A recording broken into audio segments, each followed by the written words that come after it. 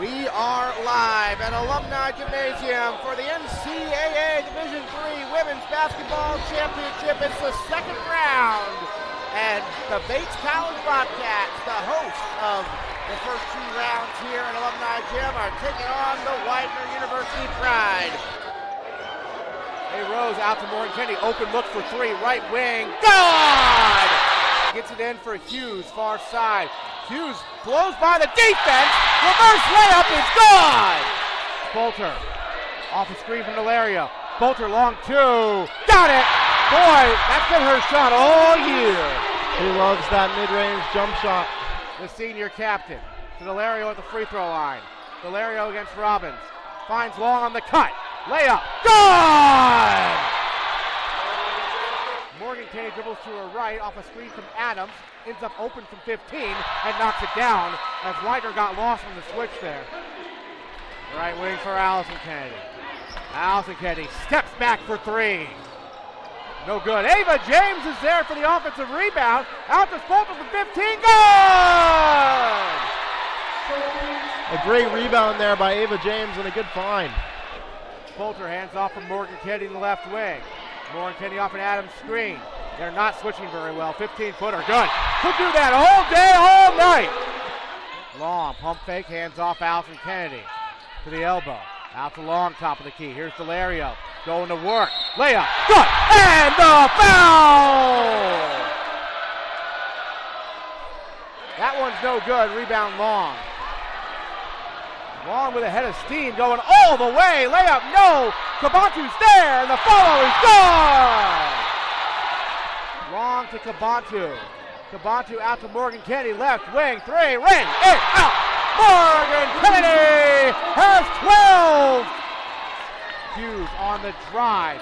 Hughes out to Adams, 15-footer, good! Adams with the answer for Bates. Kennedy, left wing for Kabantu, who drives. Kabantu in traffic, out to Long at the elbow. Here's Delario, they're going after Robbins, layup good. In traffic, out to Kabantu, who attacks the baseline, layup, good! Davina Kabantu! Widener answers the quick start for Bates. Delario got behind the defense, misses, got it back, and lays it up and in. Down low Delario, and it rolls off the rim. Long the rebound, out to Morgan Kennedy, left wing three, ring it up! Bates by 5, 3:20 to go, third quarter. Spolter off the screen. Spolter, that's her shot this year. That one off the back iron. Delario, the offensive rebound. Long, corner, Hughes, three, side pocket, it's good! 51-43 Bates! On the baseline, out for Long. James, 15-footer, good! That's a big shot for Ava James! Here's Kabantu on the near side. Kabantu attacking baseline, out for Delario. Thought about the jumper, instead Hughes left wing. Hughes measures up a three, and hits!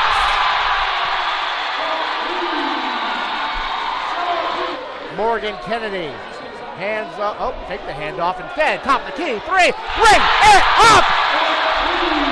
And this is the biggest lead of the game for Bates.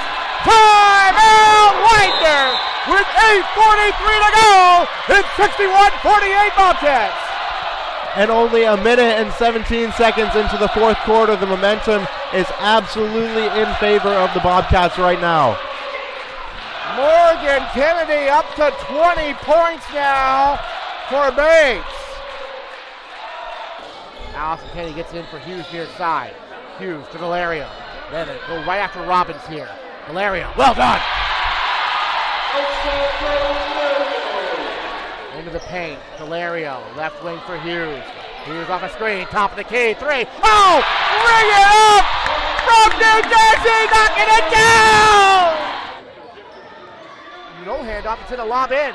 Delario, got it! Hughes on the drive, the blow by! Her season high, by the way, is 24 points. She's almost there. 22. 71-60 Bobcats. Delario against Robbins. And the Bobcats answer! Score it! And the Bates is 30 seconds away from the Sweet 16. Morgan Kennedy. No one's there. Layup good! 22!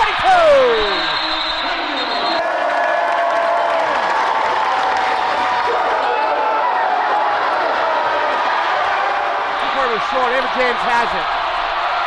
For the third time in program history, the Bates Bobcats are going to the Sweet 16!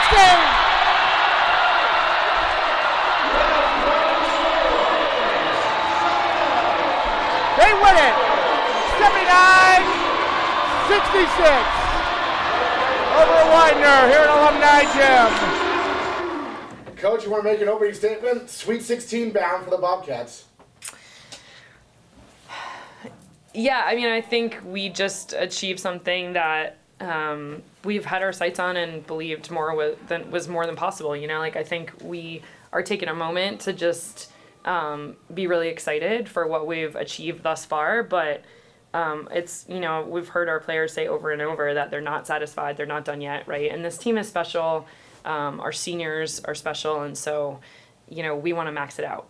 So we want a couple more weeks. So it's that balance of really recognizing what we've achieved. It's really hard. I mean, like, everybody's good. That team came at us with everything they had. And but I think, right, it's balancing of like, yeah, we have high expectations and this is what we expected and what we worked for, but also soaking it in and understanding like what it took to be one of the last 16 teams standing.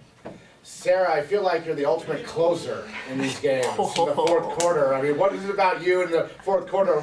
Why is that your time to shine, it seems like? Honestly, it's Alumni Gym. Everyone's showing up. Like, the energy gets going, and my teammates, we're all hyping each other up. Like, the energy is just unmatched and gets me really riled up. And Morgan, as a senior, what's it like to see a first year be this clutch?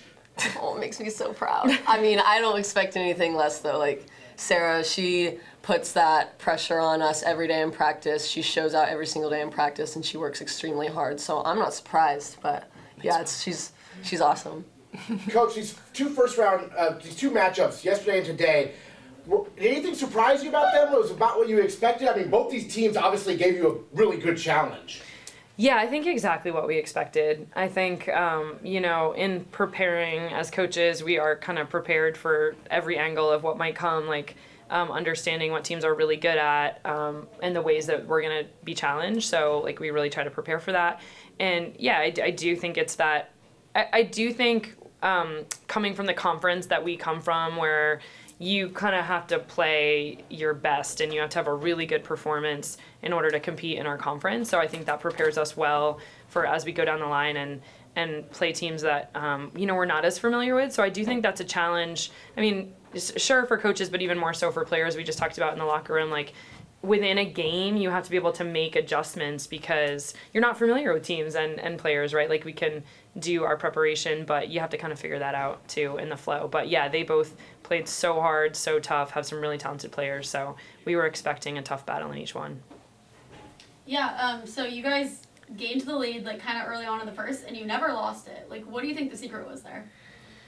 I think we had, you know, we were a little bit challenged with some foul trouble. I mean, as were they. I think the game was being called really tight, but we had players come in and step up and do their job. We just talked about that in the locker room. Like, I don't think people kind of realize if they're just watching a game, like someone like Ava James who comes in, I don't have the stats right in front of me, but she played, I don't know, like 8 or 9 minutes.